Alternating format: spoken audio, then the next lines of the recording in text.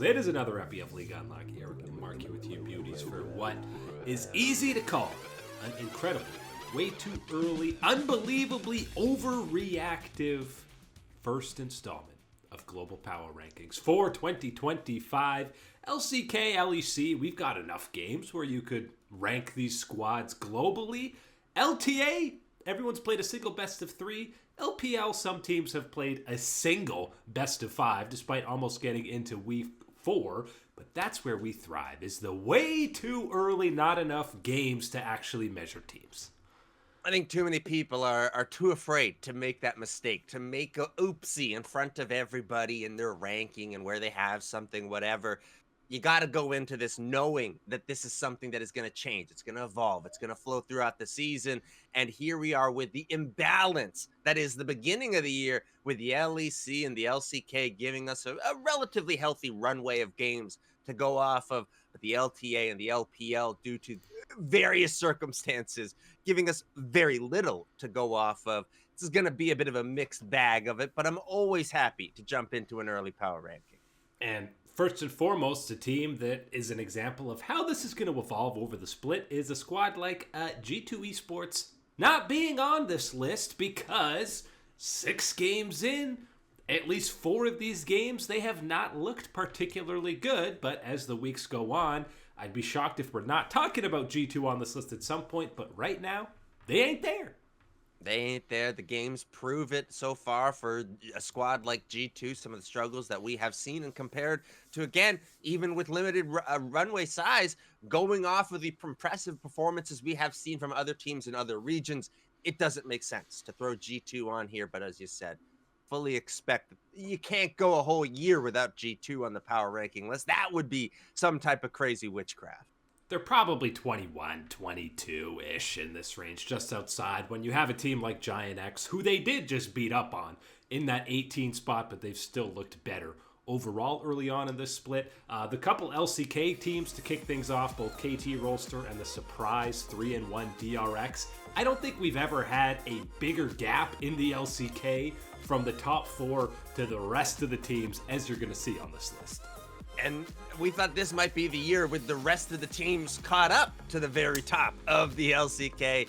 Not exactly the way things have worked out in this early part of 2025, but I think it's still enough signs when you're talking about these two teams, DRX, KT, right? You can look at KT, you can look at BDD's stability and what he's had, cuz what he can offer in the jungle. There's still angles for both of these teams you can really look at if you really want to deep dive and examine into them, but still you are feeling that power difference between them and the next tier in the LCK. Then we have the Pacific Championship, or the LCP. Yes, it has kicked off. This is the VCS, the LJL, the PCS, all merging into that Pacific region. And so far, a couple weeks in, shocker, it's Talon at the top of the table. Yes, just Talon. We've dropped the PSG sponsorship heading into this year, but a couple of 2-0s to kick things off. 2-0s in best of 3s to go 3-0 overall against LJL, the Oceanic League, and the VCS. They are still the top of the table. Despite a revamped lineup, you got Carso, Woody, Betty, Fofo, and Aji on the 2025 version. Oh man, Talon, the only thing they dropped this year is the PSG from their name, because they ain't dropping games out there on Summoner's Rift. You love to see this. As you laid out, that lineup is a strange amalgamation of all the familiar faces for the region, for the team and organization itself, and Talon going through with it. A strong start from them. Very much one of these teams that is in, the outside regions, right? The auxiliary extra regions, we'll call them at this point, adding on in that extra flair, and especially knowing how often and having an extra international tournament on the schedule, we're going to be seeing a lot more talent. Important to keep checking in on them. Especially when you look at a team like GAM, who's sitting at 1-2 to kick things off. You know, it's going to be a more competitive league than ever with all these regions coming together. So very excited to follow this LPC as the year goes on.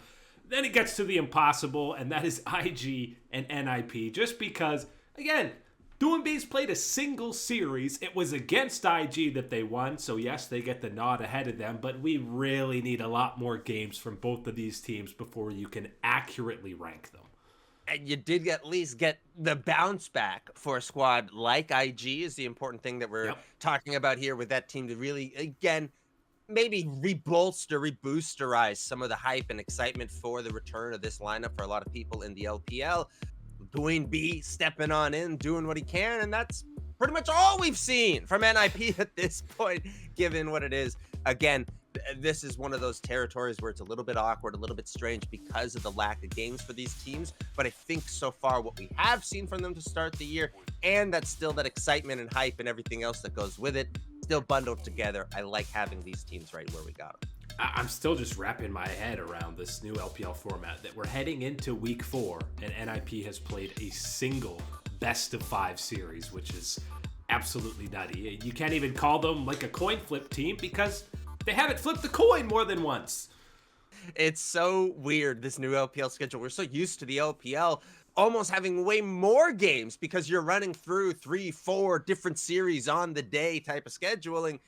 Very different now in the way things are playing out. And again, very strange given that it is the first split of everything going on in this experimentation. As you mentioned, we saw flashes of what this team's potential is when they got the bounce back against RNG, who have actually looked better than I think people were expecting. So good bounce back there for IG. Then we get into some EU teams mixed in with the LPL, the first of the 5-1 squads in the LEC. We're talking about Fnatic, who, you know, despite their record, some of their wins, I don't want to say have been shaky, but they definitely haven't been clean. And as we did the LEC rankings, we're the least hyped about them among these 5-1 squads. I'm the least convinced that this is going to be a continued success amongst the 5-1 squads in the LEC is Fnatic. Right now, I feel like it's going to be a test and a good early sign that things could work out for this team, given that you're having the success now. And it's very clear this is still a team that is figuring out their identity, piecing it all together, who's doing exactly what in the communication, whatever and whatnot. But you've seen improvements in the top side from Oscarin individually, which is an important thing for this team. And again, you're looking at the two main guys, the two returning guys, Razork and Humanoid, and what they can do as that mid-jungle duo. They've been successful so far to start out the year. And I think Upset and Mickey coming in. You know, Noah and Jun are looking fantastic on Giant X, but at least there hasn't been a serious drop-off in bot lane play with the new guys coming in, and hopefully Mickey brings a little more in terms of communication and map movements that we'll see as the season progresses.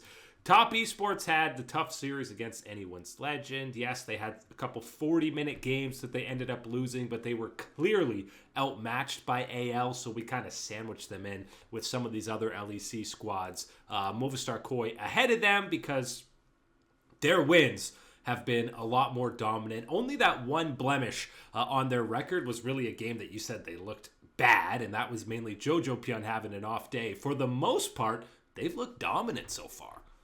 They have definitely been very dominant in the LEC, and a big part of that is Jojo Pyun in the mid lane getting it done, because when the power is out, and especially with Jojo Pyun, the power's out, it's seriously out is the problem type of thing.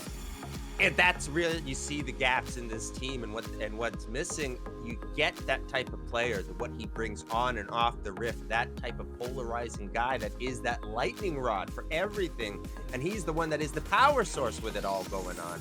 You love to see this for Mad Lions KOI, the way that things have changed and shifted around. I think Mirwin is playing great to start out the year. You can even go down to the bottom lane and check in with Supa and Alvaro. I think Alvaro is one of the ones more interesting, even though I really like what Supa's doing. I think Alvaro, and the way that he's now figuring things out with El Yoyo, with a player like Jojo Pyun, and where he can help the team out, is a better angle and one that is going to explode as far as the potential for this Mad Lions KOI team. Yeah, Alvaro, by the end of the split, you might be talking about him as the best support in the LEC, with a lot of young talent coming up that is actually a competitive spot. Last squad on this list is Team Liquid, and especially the LTA teams. I think number one, because the two teams are the same roster, you're bringing a little bit of how 2024 closed out and the power level that they're at. You're incorporating that into this ranking purely because they've played a single best of 3 against Dignitas. There's not enough in the LTA to really back up, really bolster any of these thoughts about these teams. But again, you do bring in that backpack from last year. If you are Team Liquid and that backpack is carrying a lot of those LCS, LTA wins with you and that type of performance that we can expect from you. And that is where you build off of this early building block of what you've seen in the very limited sample size of the LTA so far. Like it, APA, he's coming back and he's bringing the team up with him. And I think that this is another year of development, another step forward, another type of lead for him. And I think that he is ready for that with this Team Liquid squad.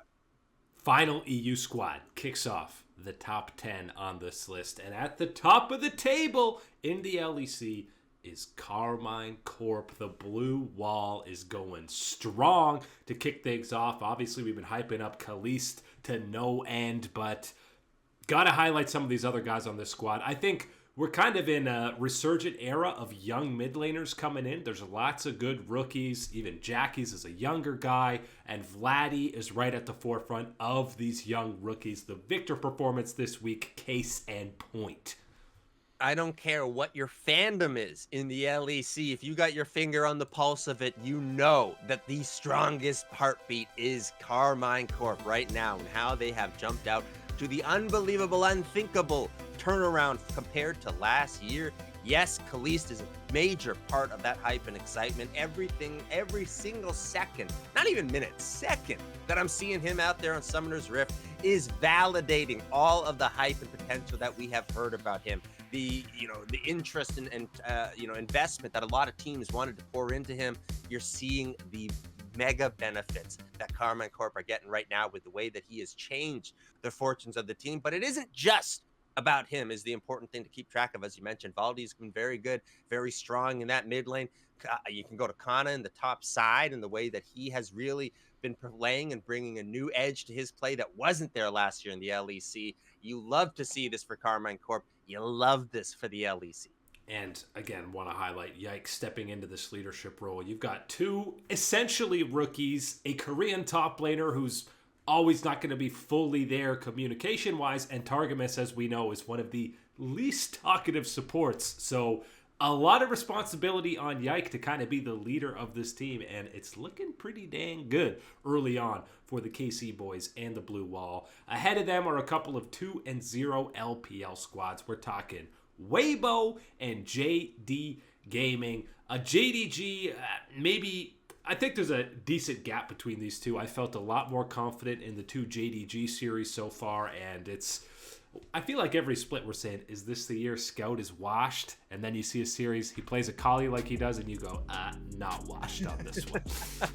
Absolutely not washed on this one, and very happy to see JDG in this type of territory. I think fair to group them more or less just off of both of them are LPL teams with a thing like Weibo Gaming. But yes, there is a separation, a gap between these two and what we have seen in JDG, separating into more so closer, just reaching up into that elite territory of the LPL is how I feel about this. Weibo still in that good to great type of zone for the teams and what they can do and what their aspirations are. I love you mentioned Scout. I think the other one to mention with JDG, Hayes down in the bottom lane, finding some good success, some good damage numbers, absolutely proving that everything that he accomplished with Gen G, yeah, that's for real. You can put the check mark there on that one, and you can put another check mark on, expecting that he's going to continue that type of performance over here with JDG. Yeah, I think it took 3 or 4 games for him to even get his first death on the split, and has definitely been a reliable, I don't even want to say secondary carry to Scout, just been a reliable late game threat for JDG through their first couple of series.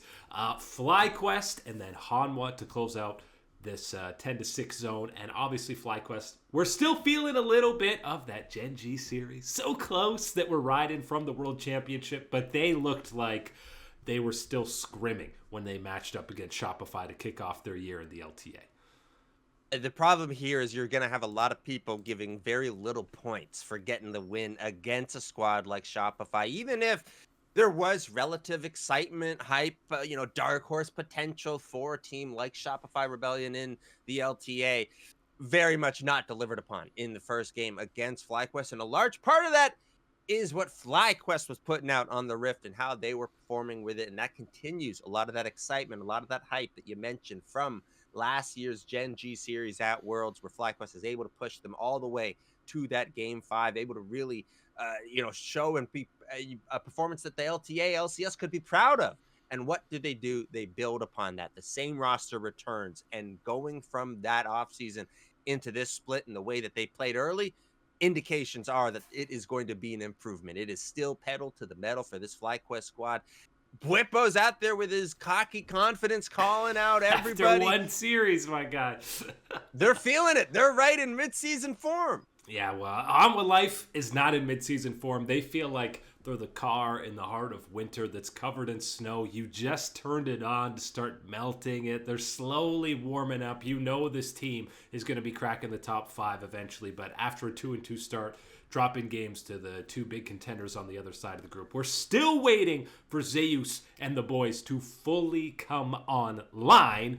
An LPL squad, the one who beat Top Esports earlier, anyone's legend. If you haven't been paying attention to the LPL, you might be surprised they're here. But this team is legit the second best team in the LPL right now. Yes, sir. This is finally the payoff of all that anyone's legend talk, fraud watch, everything else last year that was going on.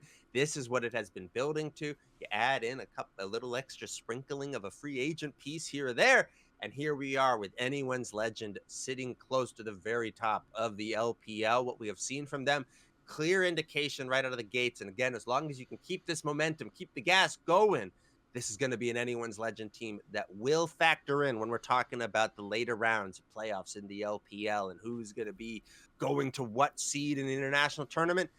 I'm calling it right now, even in the way too early power rankings, anyone's legend going to be a factor.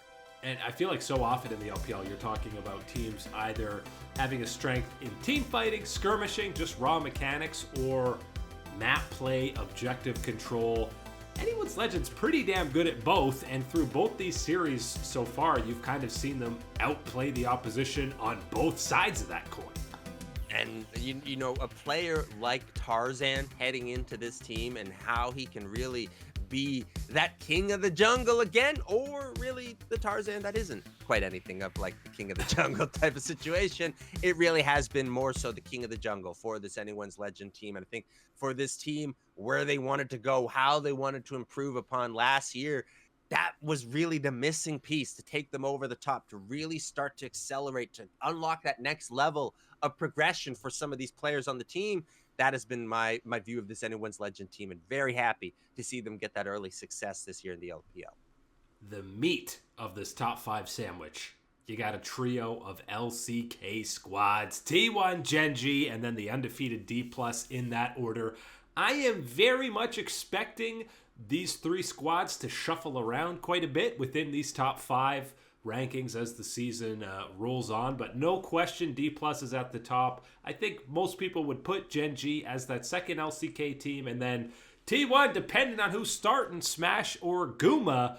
I mean, they're vulnerable for Hanwha Life to kind of take this spot, but at the same time, we know T1 can ascend at any moment.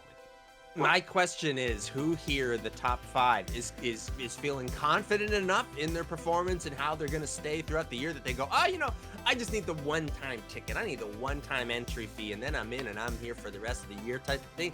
Or who's buying the reusable bracelet? Who's buying the, you can step out, you can go down the street, get a snack, come back over to the bar, and you're still good to enter on in? Who's buying those type of passes in this one? But yes, I feel a lot of these guys are going to be up here, and D+ Kia is, to me, the most exciting one to be looking at with this one, because yes, T1, there is a little bit of the drama with Smash and Gumayushi. I have a feeling this one gets ironed out relatively quickly, whether we are getting the answer of yes, this is going to be a more continuous thing, we are going to happen to see it more in and often, or if it's going to be, you know what, this is just kind of a little brief moment type of period, and we're moving back into a more traditional, more standard Gumayushi only type of one. T1 still figuring things out. I think with Doran in the lineup is an important thing to keep track of as well in their power with it. And then for Gen G, a couple mistakes here or there, still adapting with Ruler back into the lineup and where the power figures pieces in and who gets all the currency and everything else.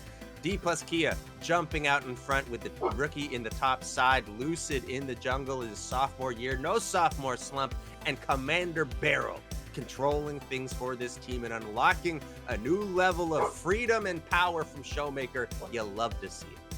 Yeah, D Plus is the most exciting of those 4 teams to be playing at a high level, because I think there was the least expectation for them. They were kind of the distant 4th team of that top 4, but now that they're playing this way, it really tightens the race in that upper echelon of the LCK. But unfortunately for the LCK right now, BLG's just kind of yawning over in the LPL. Their first couple of series have looked like they're still playing in like a season kickoff preseason tournament, because they look leaps and bounds ahead of everybody in the LPL. And I'm scared about this one, because BLG looks as good as they can look right now, but they're in this holding pattern, waiting pattern with the rest of the LPL, not only in the sense of their own matches, but to know what is the power in the LPL, to get that full accurate reading. I don't know if maybe they're watching this video. They're not watching this video, but if they were, they definitely are watching this video. Yeah. Where's their sense of the power in the LPL? Where do they feel a team like Anyone Legend is? How legitimate is their power? How do they feel about a squad like Top Esports, where they're going to bounce back and all these type of things? JDG, Weibo Gaming, what's their take on that? All these things that we don't have answers for a squad like BLG, because of the cadence of the scheduling so far in the LPL. But you can't take the points away from what BLG has done, and all they've done is dominate to start the year and show us that BLG is back for another chance at the crown.